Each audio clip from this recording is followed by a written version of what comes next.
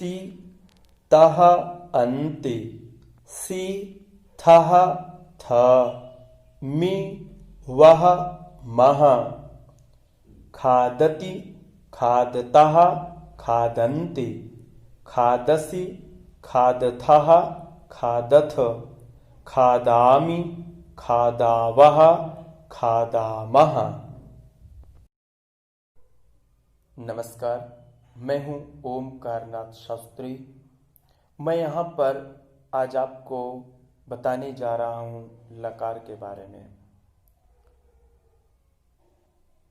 लकार जो होती हैं वे मुख्यतः 10 प्रकार की होती हैं, लेकिन यहाँ पर जो लकार बताई जाती हैं मुख्य रूप से 5 प्रकार की बताई जाती हैं।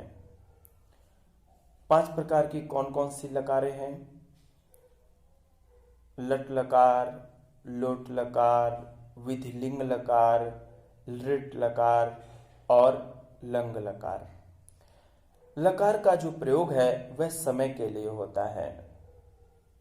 समय के लिए जब क्रिया को कर्ता के साथ जोड़ा जाता है तो वही क्रियाएं लकार में परिवर्तित हो जाती हैं। जैसे वर्तमान काल के लिए लट लकार का प्रयोग किया जाता है। वर्तमान काल किसे कहते हैं?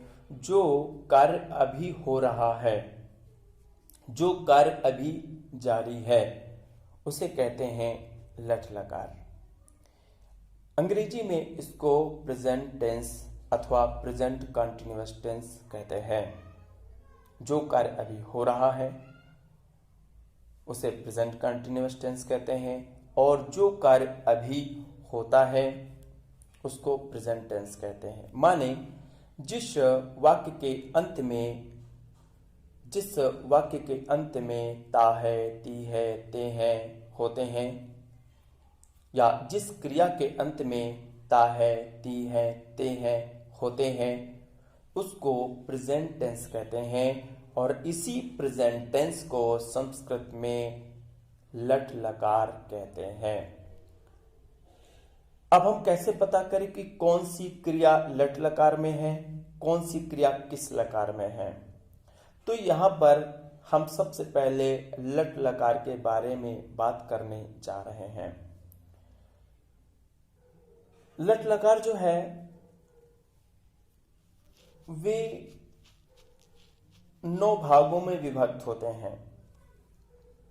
9 भागों में विभक्त होते हैं। कौन कौन से भाग हैं? एक तो है प्रथम पुरुष, मध्यम पुरुष, उत्तम पुरुष, ये 3 हो गए। अब इन पुरुषों के वचन भी हैं। प्रत्येक पुरुष 3 वचन में होता है, एक वचन, द्विवचन और बहुवचन। इस तरीके से यहाँ पर 9 क्रियाएं हो जाती हैं। हमने पहले पढ़ा हुआ था कि कर्ता जो होते हैं वे 9 प्रकार के होते हैं, तो यहाँ पर क्रियाएं भी 9 प्रकार की होती हैं।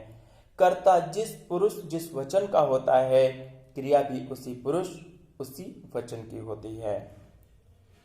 लेकिन समय को देख करके क्रिया का प्रयोग किया जाता है।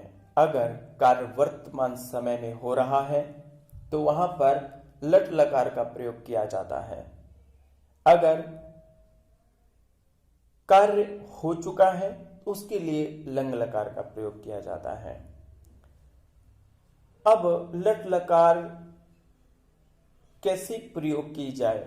लट लकार का प्रयोग धातुओं में कैसे किया जाए? धातु कहते किसको हैं?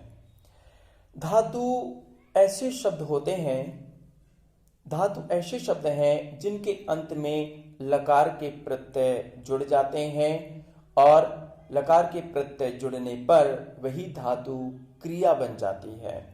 जैसे गम धातु है, गम का गच्छ आदेश हो गया। अब वहां पर लट लकार प्रथम पुरुष एक वचन का प्रत्यय ती रख दिया तो बन गया गच्छति, माने जाता है। राम जाता है, रामा गच्छति, इस तरीके का हो जाता है। जिस भी क्रिया के अंत में ति तह अंति सि थह थ मि वह मह आपको दिखे तो वह लट लकार ही होता है, वह लट लकार को दिखाता है। जैसे पठति, पठति में देखो अंत में ती है तो ये लट लकार का है।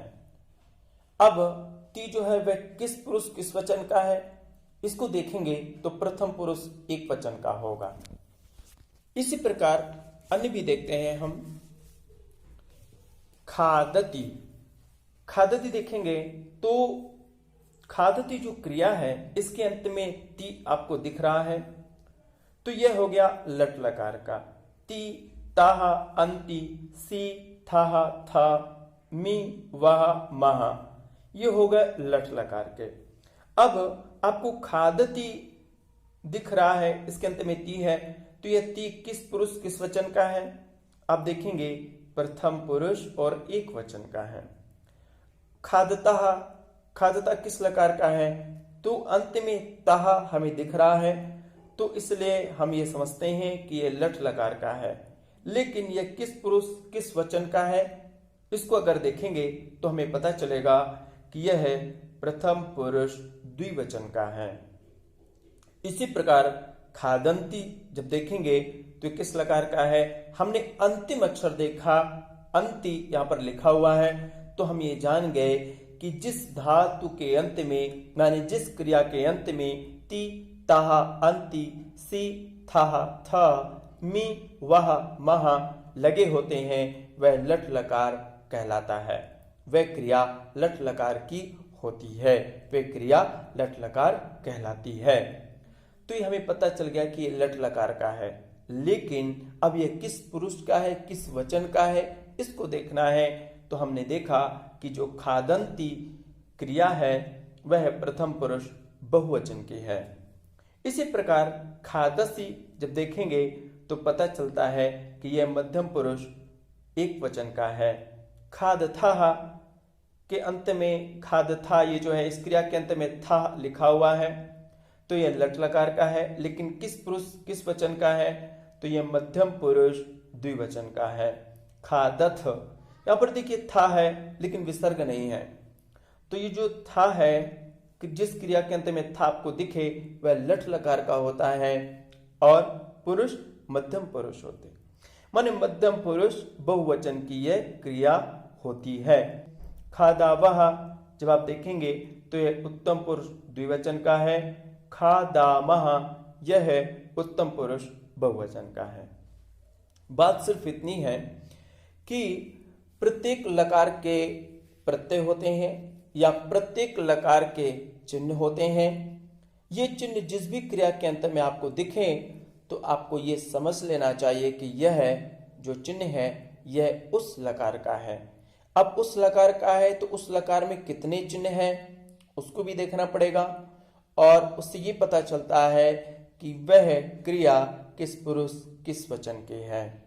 तो यहाँ पर हमने लट लकार के चिन्हों को देखा और चिन्हों के माध्यम से हमने क्रियाओं को भी देखा। अगली बार हम अगली लकार को पढ़ेंगे। तब तक के लिए आप सभी लोगों को नमस्कार।